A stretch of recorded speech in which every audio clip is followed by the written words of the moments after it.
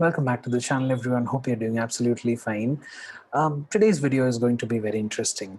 There are many questions people have, like which is the best mutual fund to buy?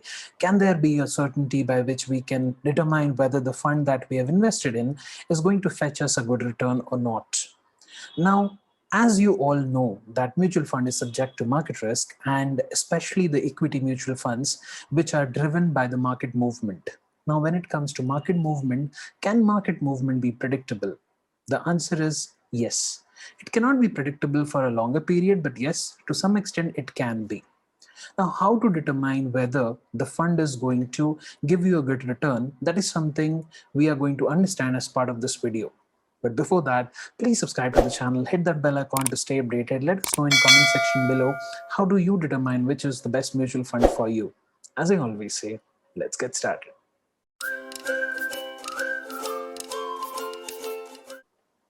Welcome back, guys. So today's video is going to be in two parts. Basically, first we are going to discuss about the theory, and the second part we are going to show you practically how to understand or how to determine whether the fund has performed really well or not.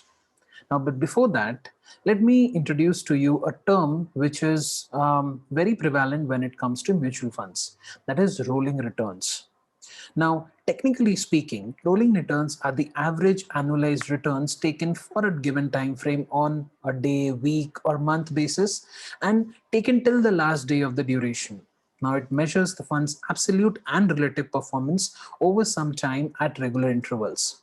Now, you must be thinking, what exactly do I mean when I say relative performance? Now, let's say there is a fund and person A has invested in that fund a year back, and the same fund person B has invested maybe 6 months back. And today you are deciding or trying to decide whether you should invest in that fund or not.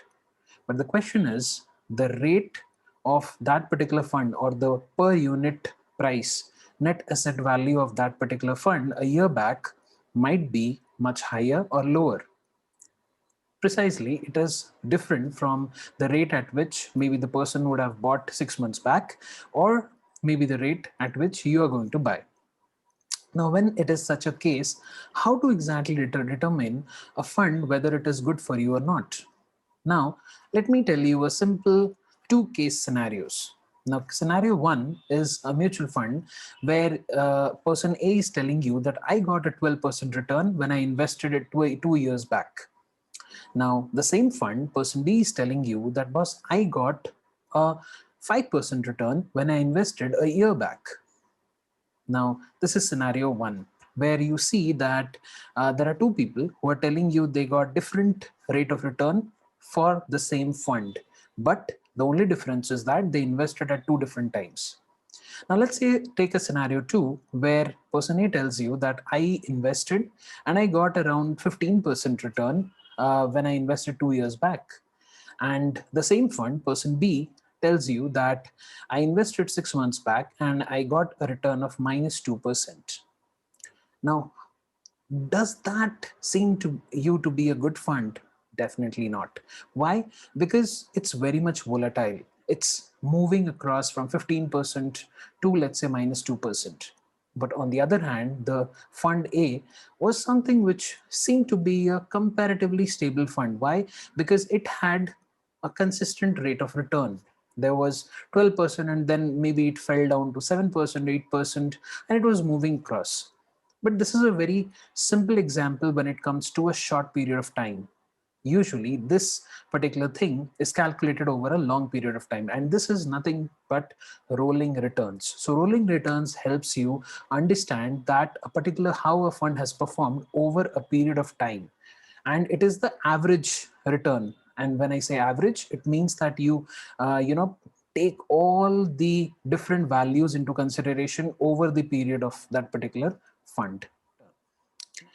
The most important, and I feel it's very important when it comes to analyzing a particular thing, is it's not based upon a period. Like, for example, I've heard people say that my 3 years return on this fund is, let's say, 16%, so you should go ahead and invest. But the question is, when the person invested, let's say he bought at a price of X, and now he got a 16% return, then I'm assuming that when he actually liquidated or when he sold those funds, the price was X plus 16%. Right now, when he is suggesting you to buy that particular fund, basically you are buying at a rate that is X plus 16%. So are you sure that the fund is again going to go up? There might be a case that it might come down. Now, that is where, this rolling return comes in place. Why? Because as I told you that the earlier assumption or the example or the person who was suggesting you, basically he was giving you his experience over a period. But that is not the finite period, or that is not when the fund has totally performed. The fund might have performed over a longer period. So in order to understand how the fund has performed, you need to see at the bigger picture and not go with the advice of someone who has invested just for a period of 2 years or 3 years. Now let me do one thing. Let me show you practically how this looks like, and I'll also show you a website where you can very easily find out the rolling return for any fund that you want. Let's head on to the website. So this is my screen, and today we are visiting primeinvestor.in. Now this is a website usually I recommend to people who are into systemic investment plans. That is, they invest on a monthly basis. I would not recommend much for people who are going for lump sum investments. For them, we definitely have much better places where they can, take advices and invest in good mutual funds. But for SIPs, this is the best place to go to. Okay. Now let's see how we can evaluate a particular fund using this website. Now, as you can see here, it already has some pre-selected funds. Now, let me select, let's go with large cap fund. Let's select a fund, let's say, I'll go for ICICI, Prudential Blue Chip Fund Direct Plan. Now, if you want, you can also compare it with the with Nifty, with any the standard rates, right? The standard benchmark scores. You can compare that what is the benchmark rate and what you are getting as part of this return. That also you can do, right? But let's not do that now. So what we will try to understand here is we'll try to see which is that mutual fund.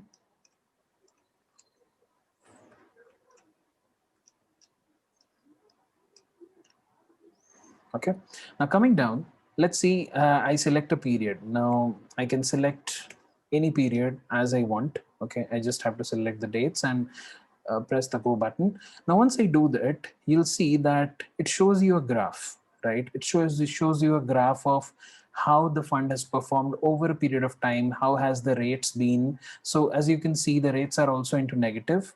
So if you see here, the statistics that comes for ICICI Prudential Blue Chip Fund is that the average return it has given over this period from 2017 to 2021 is 11.52%. And let me tell you, this is way above than the normal fixed deposit rates that you get.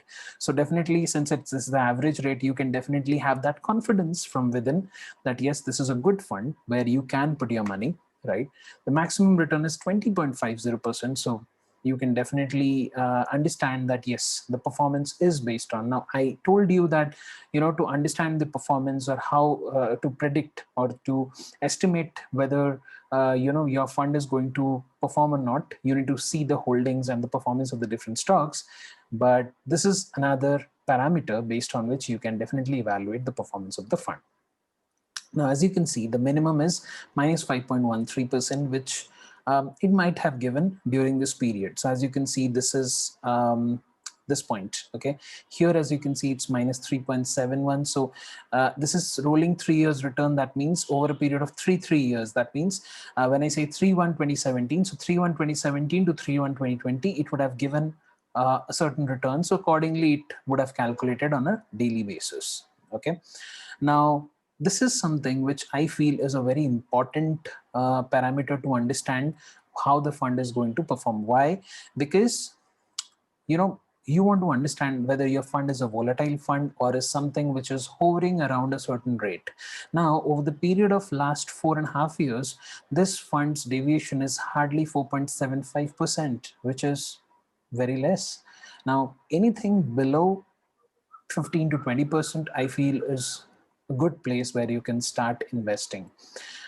If you see the number of times, now you see the fund has gone negative only 2.59% times. It was between 0 to 5%, 11.80% time, and majority of the time it was between 10 to 20%, that is 72.39 percentage. Now, does that give you a confidence that yes, this fund can be a good place where you can park your money and get returns after a particular period of time? Definitely yes. Now let's select some other fund. Let's go back and select some other fund from here. Let's go with IDFC. Okay, and let's see both these funds performance, okay, over the same period.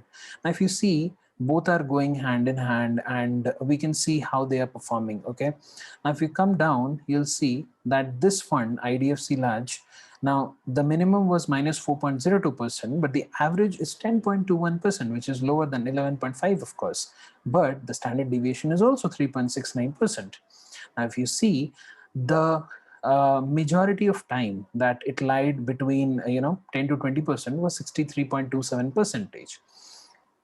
Now when you see this, some people see the standard deviation value and they say, oh, this is less percentage, so I feel this is a better fund for me. Some people see this value, that is 11.52%, they say, oh, the average is higher, so I feel this is a better fund for me.